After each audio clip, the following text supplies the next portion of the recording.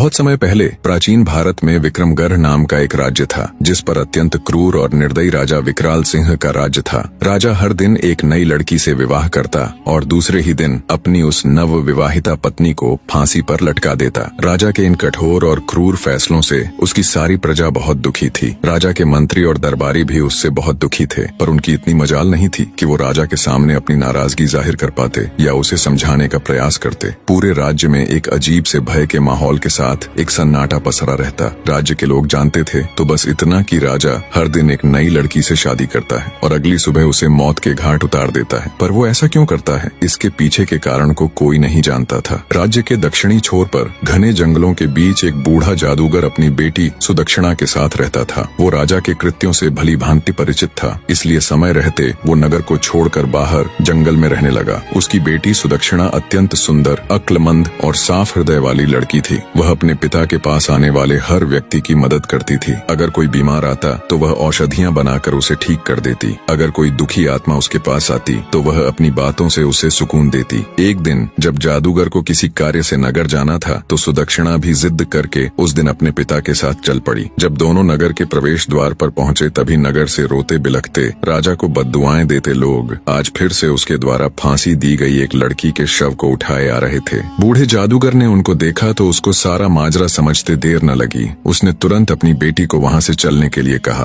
पर सुदक्षिणा ने जब उन रोते बिलखते लोगों को देखा तो उसका हृदय द्रवित हो उठा। वो बोली, नहीं पिताजी, पहले मुझे ये जानना है कि ये लोग क्यों इतने दुखी हैं और क्यों ये राजा को भला बुरा कह रहे हैं। जादूगर के बहुत समझाने पर भी वो वहां से नहीं गई। कुछ लोगों से जब उसने इसका कारण पूछा तो लोगों ने उसे एक बार के लिए अजीब निगाह से देखा और बोले, क्या तुम्हें कुछ नहीं पता? सुदक्षिणा के मना करने पर उन लोगों ने अपनी पूरी पीड़ा भरी दास्तान उसके सामने कह सुनाई। सारी बात सुन सुदक्षिणा एकदम सन्न रह गई। कुछ देर बाद वो अपने होश संभाल अपने पिता से बोली, पिताजी, मैं राजा के साथ विवाह करना चाहती हूँ। बेटी के मुख से ये बात सुन जादूगर सकते में आ गया और बोला, बेटी, क्या तुम पागल हो गई हो जो ऐसी बात कह रही हो? तुमने अभी सुना ना कि राजा दूसरे ही दिन अपनी पत्नी की हत्या करवा देता है। सुदक्षिणा बोली, पिताजी, मुझे अच्छे से पता है मैं क्या कह रही हूँ। आप तो बस मुझे राजा के पास जाने की इजाजत दीजिए। अगर मैं अपनी बुद्धि, करुणा और सत्य के बल पर एक निर्दयी व्यक्ति को बदल सकती हूँ तो यह मेरे जीवन की सबसे बड़ी उपलब्धि होगी, वरना एक दिन मरना तो सभी को है और किसी की मृत्यु राजा के नहीं बल्कि उस ऊपर वाले के हाथ में है। बहुत कहने सुनने पर ना चाहते हुए भी जादूगर को अपनी बेटी की जिद के आगे झुकना पड़ा। उसने भारी हृदय के साथ अपनी बेटी को राजा के पास जाने की इजाजत दे दी। पिता से आज्ञा मिलने पर सुदक्षिणा उनको प्रणाम कर एक दृढ़ निश्चय के साथ राजा के महल की ओर चल पड़ी। आखिर क्यों राजा विवाह के एक दिन बाद ही अपनी नव विवाहिता पत्नी को फांसी पर लटका देता था? शुरू से राजा ऐसा क्रूर और निर्दयी नहीं था। वो एक बड़ा ही नेक दिल और प्रजा को चाहने वाला राजा था। जब वो शादी के लायक हुआ तो उसके पिता राजा नंदसेन ने उसका विवाह रूपवती के साथ कर दिया। रूपवती बिल्कुल अपने नाम की ही तरह अति सुंदर स्त्री थी। राजा विकराल सिंह भी उसके रूप का कायल हो गया। वो दिलोजान से अपनी पत्नी को प्यार करने लगा। सब कुछ ठीक चल रहा था, पर फिर एक दिन ऐसा हुआ कि राजा के पैरों नीचे से जमीन खिसक गई। एक दिन राजा कचहरी से सीधा रानीवास की तरफ चला गया। जब वो रानी के कक्ष में पहुंचा तो उसने देखा उसकी पत्नी रूपवती एक गुलाम के साथ इश्क लड़ा रही है। ये देख राजा विकराल सिंह का संसार उजड़ गया। उसने तुरंत अपनी पत्नी और उस गुलाम को जिंदा एक दीवार में चुनवा दिया। रानी रूपवती की मृत्यु उपरांत राजा एक गुमनामी के समुन्दर में डूबता चला गया। उसने सबसे मिलना जुलना बंद कर दिया, कचहरी दरबार जाना छोड़ दिया। बस एक अंधेरे कमरे में ही खुद को बंद रखने लगा। राजा जब भी आंखें बंद करता उसे अपनी पत्नी और गुलाम का वो दृश्य याद आता। समय बीता पर वो दृश्य राजा भूल नहीं पा रहा था। बस वहीं से राजा के अंदर एक राक्षस ने जन्म ले लिया और वो प्रतिशोध की अग्नि में जलने लगा। राजा ने मंजे हुए चित्रकारों को बुलाकर रानी संग गुलाम का वो दृश्य ज्यों का त्यों बनवा लिया और उस तस्वीर को अपने शयन कक्ष में टंगवा दिया। अपनी पत्नी की बेवफाई से राजा इस कदर आहत हुआ कि उसे अब पूरी औरत जात ही बेवफा लगने लगी। उसके दिल में औरतों के प्रति ये नफरत की आग कभी कम न हो, इसलिए उसने उस पल की वो तस्वीर बनवा कर अपने कमरे में लगवा ली। क्रोधाग्नि में अंधे राजा ने फैसला किया कि वो हर दिन एक नई स्त्री से विवाह करेगा और अगले दिन उसको मौत के घाट उतरवा देगा। शुरू में राजा के इस दर्दनाक फैसले को लेकर मंत्रियों ने उसे बहुत समझाया, पर राजा ने किसी की नहीं सुनी। तब से लेकर अब तक राजा निर्दयता और क्रूरता से भरा जीवन जी रहा था। इधर जादूगर की लड़की सुदक्षिणा भी राजा के महल पहुंच गई। उसने महल के पहरेदारों से कहा कि उसे राजा से मिलना है, वो उनकी पत्नी बनना चाहती है। ये सुन पहरेदारों ने उसे अजीब निगाह से घूरा और चुपचाप उसका संदेश राजा तक पहुंचा दिया। राजा भी चक्कर में पड़ गया कि ऐसी कौन पागल लड़की है जो खुद मृत्यु को गले लगाना चाहती है। उसने सेवकों को उसे तुरंत उसके पास लाने का आदेश दिया। सिपाहियों के साथ आती सुदक्षिणा को राजा ने देखा तो वो उसे देखता ही रह गया। उसने आज तक इतनी मासूम और सुंदर स्त्री नहीं देखी थी। उसको देख राजा के चेहरे पर खुशी की मुस्कान आ गई, पर जल्दी ही वो फिर से मायूस हो गया। राजा ने सुदक्षिणा से पूछा, ए लड़की, क्या सोचकर तुम यहाँ आई हो? क्या तुम्हें पता नहीं कि मुझसे शादी करने का मतलब मौत को गले लगाना है? सुदक्षिणा दृढ़ निश्चय के साथ राजा की आंखों में देखती हुई बोली, हे राजा, मुझे आपके बारे में सब मालूम है। सब कुछ जानकर ही आपसे शादी करने का फैसला किया है। राजा विकराल हैरान होते हुए बोला, ठीक है, अगर तुम सब जानती हो और तुम्हारा यही फैसला है तो मुझे कोई एतराज नहीं। शादी की तैयारी करो, हम कल ही तुमसे विवाह करेंगे। राजा और जादूगर की लड़की का विवाह हो जाता है। जादूगर की लड़की सुदक्षिणा एक रानी और राजा की पत्नी बन जाती है। रात में सुदक्षिणा 16 श्रृंगार कर सुहाग सेज पर बैठकर राजा का इंतजार करती हैं। जब राजा विकराल सिंह अपने कमरे में आया और दुल्हन के रूप में सजी हुई जादूगर की लड़की को देखा तो वो उसकी खूबसूरती का कायल हो जाता है। पर तभी उसका ध्यान दीवार पर लगी उसकी पत्नी की तस्वीर की तरफ चला गया। उसको देखते ही राजा गुस्से में तमतमा गया। उसकी सभी यादें ताजा हो गईं। राजा को औरतों की बेवफाई याद आ जाती है, पर राजा के दिल के एक कोने में सुदक्षिणा के साहस, उसकी सादगी और रूप को देखते हुए उसके लिए एक अलग ही जगह या कहे इज्जत बन गई थी। राजा ने गुस्से से सुदक्षिणा से कहा, तुमने यह बेवकूफी वाली हरकत क्यों की? ये जानते हुए भी कि कल सुबह तुम्हें हम कत्ल करवा देंगे। नवविवाहिता रानी बड़े ही शिष्टाचार और आदर के साथ बोली, मेरे स्वामी, ये फैसला तो उस ऊपर वाले ने किया है और उसका फैसला मुझे हर हाल में मंजूर है। राजा बोला, सुबह तुम्हारे साथ क्या होगा ये जानते हुए भी? रानी सुदक्षिणा बोली, महाराज, मैं अच्छी तरह जानती हूँ कि सुबह होते ही आप मुझे मरवा देंगे, लेकिन उससे पहले मेरे पास आज की पूरी रात है और मोहब्बत की खुशी को लंबाई से नहीं नापा जाता बल्कि उसकी गहराई देखी जाती है। राजा बोला, तुम्हारी इन दिल फरेब बातों का मेरे ऊपर कोई असर नहीं पड़ने वाला। रानी सुदक्षिणा बड़े स्नेह और मर्यादा के साथ बोली, हे स्वामी, मैं एक रात के लिए ही सही पर आपकी पत्नी तो हूँ। इस नाते इस रात पर मेरा पूरा हक है। सुबह जो आपको करना है आप कर लीजिए। बोली,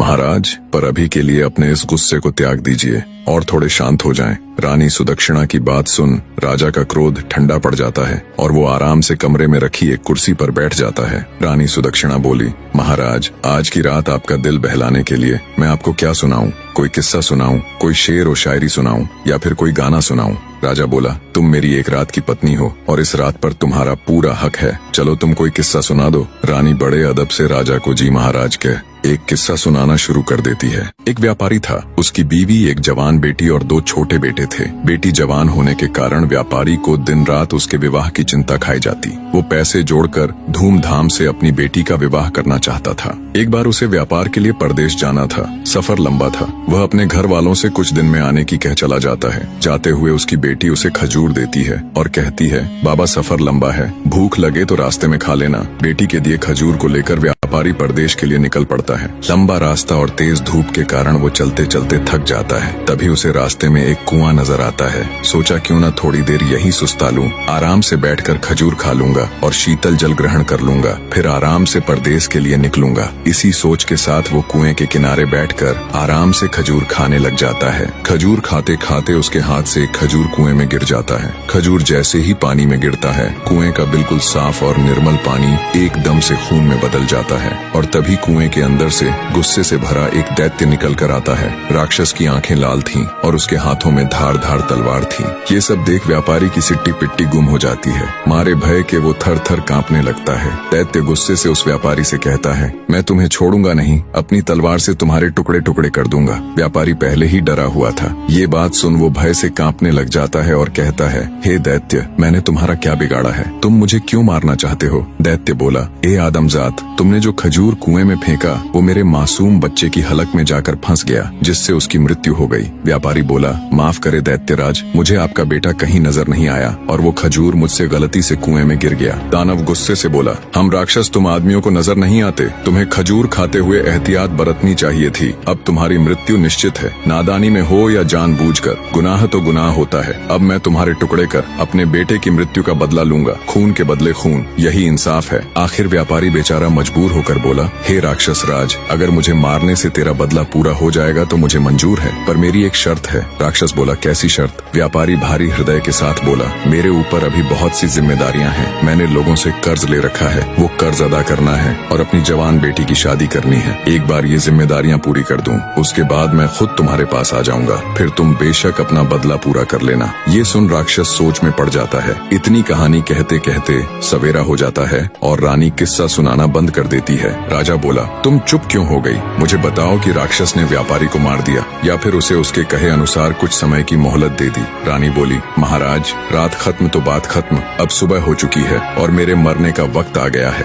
राजा बोला, लेकिन मुझे कम से कम इतना तो बता दो कि राक्षस ने उसे मारा या छोड़ दिया। रानी बोली, हे राजा, कहानी बहुत लंबी है, पूरी बताने के लिए वक्त की जरूरत है और अब वक्त खत्म हो चुका है। ये सुन राजा सोच में पड़ जाता है। कुछ सोचकर राजा जब अपनी नवविवाहिता रानी से कहता है, तुम चिंता मत करो, हम वक्त को रोक देंगे, हम तुम्हें एक दिन की जिंदगी और प्रदान करते हैं, अब तुम किस्सा सुनाओ। तब रानी बोली, नहीं मेरे सरताज, किस्से तो रातों को सुनाए जाते हैं, सुबह का वक्त हो चला है, आप अपने राजसी कार्य कीजिए, आगे का किस्सा तो मैं रात को ही सुनाऊंगी। ये सुन राजा सोचता है, कितनी ही लड़कियां मेरे पास आईं और मौत के घाट उतार दी गई, सबके चेहरे पर मौत का भय साफ नजर आता था, पर इसके चेहरे पर तो भय नाम की कोई चीज ही नहीं है। खैर, इसका किस्सा मुझे बहुत दिलचस्प लगा है, इसलिए इसकी जान सिर्फ आज के लिए बख्श दी, कल इसका भी वही हाल होगा। राजा वहाँ से चला जाता है और अपने दिन भर के राजसी कार्यों में व्यस्त हो जाता है। इधर रानी हाथ जोड़ उस ऊपर वाले से प्रार्थना करती है, हे मालिक, हे परमेश्वर, मेरे पति को सद्बुद्धि देना, उसके इन पाप कृत्य को क्षमा करना और उसे सही रास्ता दिखाना प्रभु। शाम का वक्त हो जाता है।